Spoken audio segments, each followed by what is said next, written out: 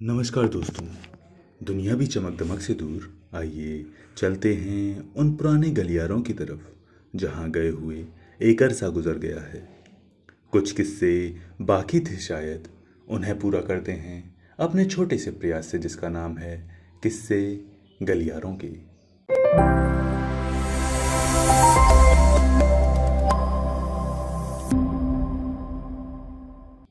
पिछले भाग में आपने सुना पांडवों का एक ब्राह्मण से विचित्र कथाएं सुनना।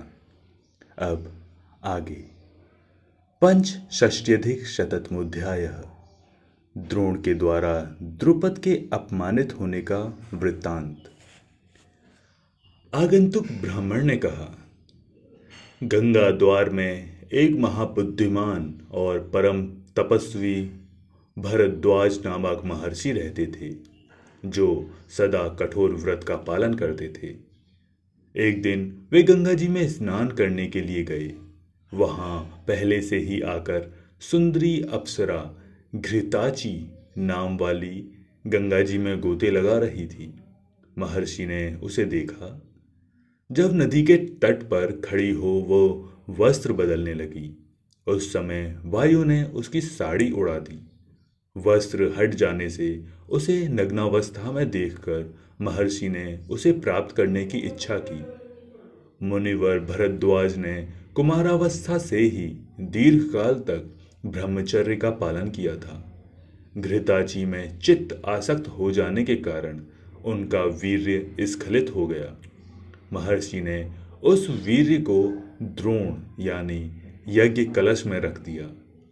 उसी से बुद्धिमान भरद्वाज जी के द्रोण नामक पुत्र हुआ।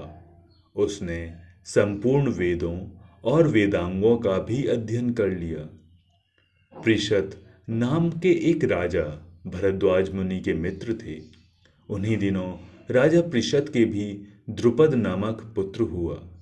क्षत्रिय शिरोमणि पृषत कुमार द्रुपद प्रतिदिन भरद्वाज मुनि के आश्रम पर जाकर द्रोण के साथ खेलते और अध्ययन करते थे। पृषत की मृत्यु के पश्चात द्रुपद राजा हुए। इधर द्रोण ने भी यह सुना कि परशुराम जी अपना सारा धन दान कर देना चाहते हैं और वन में जाने के लिए उद्यत हैं।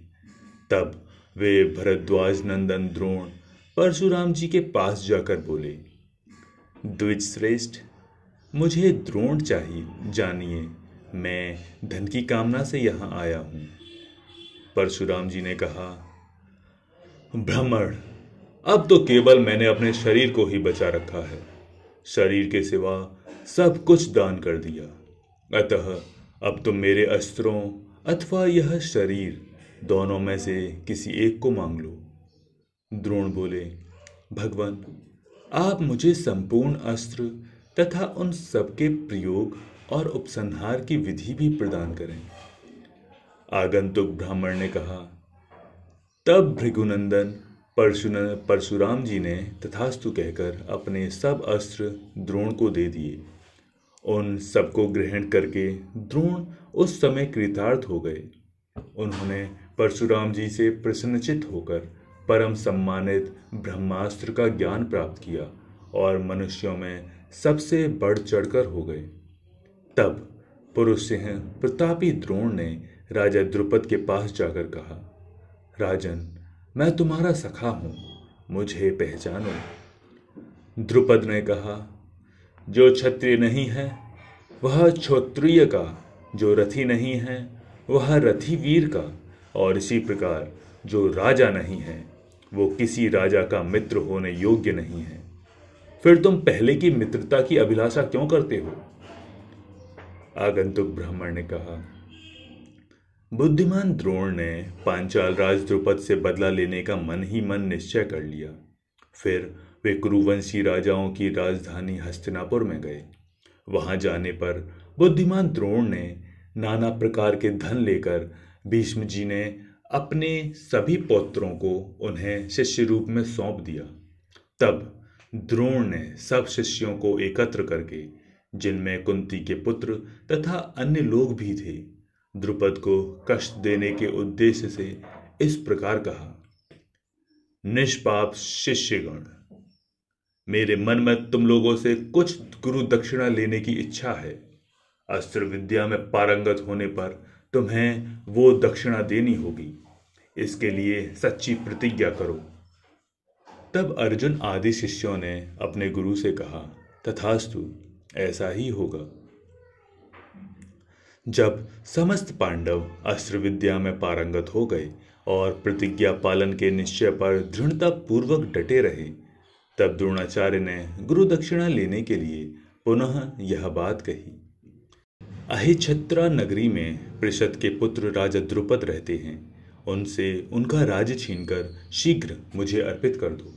गुरु की आज्ञा पाकर धृतराष्ट्र पुत्रों सहित पांडव पांचाल देश में गए। वहां राजा द्रुपद के साथ युद्ध होने पर कर्ण, दुर्योधन आदि कौरव तथा दूसरे दूसरे प्रमुख क्षत्रिय वीर परास्त होकर रणभूमि से भाग गए। तब पांचों पांडवों ने द्रुपद को युद्ध में परास्त कर दिया और मंत्रियों सहित उन्हें कैद करके द्रोण के सम्मुख ला दिया। महेंद्र पुत्र अर्जुन महेंद्र पर्वत के समान दुर्धर्ष थे। जैसे महेंद्र ने दानवराज को परास्त किया था, उसी प्रकार उन्होंने पांचाल राज पर विजय पाई। अमित तेजस्वी अर्जुन का वो महान पराक्रम देख राजा द्रुपद के समस्त बांधवजन बड़े विस्मित हुए और मन ही मन कहने लगे, अर्जुन के समान शक्तिशाली दूसरा कोई राजकुमार नहीं है। द्रोणाचार्य बोले, राजन, मैं फिर भी तुमसे मित्रता के लिए प्रार्थना करता हूँ। यज्ञसेन, तुमने कहा था जो राजा नहीं है वो राजा का मित्र नहीं हो सकता। अतः मैंने राज्य प्राप्ति के लिए तुम्हारे साथ युद्ध का प्रयास किया है। तुम गंगा के दक्षिण तट के राजा हो और मैं उत्तर तट का। आगंतुक ब्राह्मण कहता है, बुद्धिमान भरद्वाज नंदन द्रोण के यों कहने पर अस्त्रवेत्ताओं में श्रेष्ठ पंचाल नरेश द्रुपद ने विप्रवर द्रोण से इस प्रकार कहा, महामते द्रोण, एवमस्तु, आपका कल्याण हो। आपकी जैसी राय है उसके अनुसार हम दोनों की वही पुरानी मैत्री सदा बनी रहे। शत्रुओं का दमन करने वाले द्रोणाचार्य और द्रुपद एक दूसरे से उपर्युक्त बातें कहकर परम उत्तम मैत्री भाव स्थापित करके इच्छानुसार अपने अपने स्थान को चले गए। उस समय उनका जो महान अपमान हुआ वो 2 घड़ी के लिए भी राजा द्रुपद के हृदय से निकल नहीं पाया। वे मन ही मन बहुत दुखी थे और उनका शरीर भी बहुत दुर्बल हो गया। इस प्रकार श्री महाभारत आदि पर्व के अंतर्गत चैत्र रथ पर्व में द्रौपदी जन्म विषयक 165वां अध्याय पूरा हुआ।